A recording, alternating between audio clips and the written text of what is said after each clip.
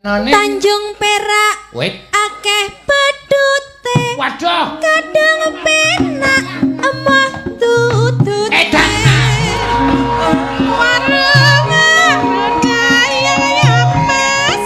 Kaya kaya pikir kali.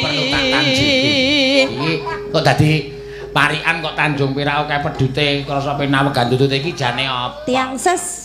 Oh, wong udut. Nggih, wong udut. Wong udut piye? Mumpung aku udut piye? Lah niku nek cobi dimut. Hah? Dimut. Apane? Udute? Nggih udute. Kusike to aku ki genahke lho. Nggih, dimut disedot.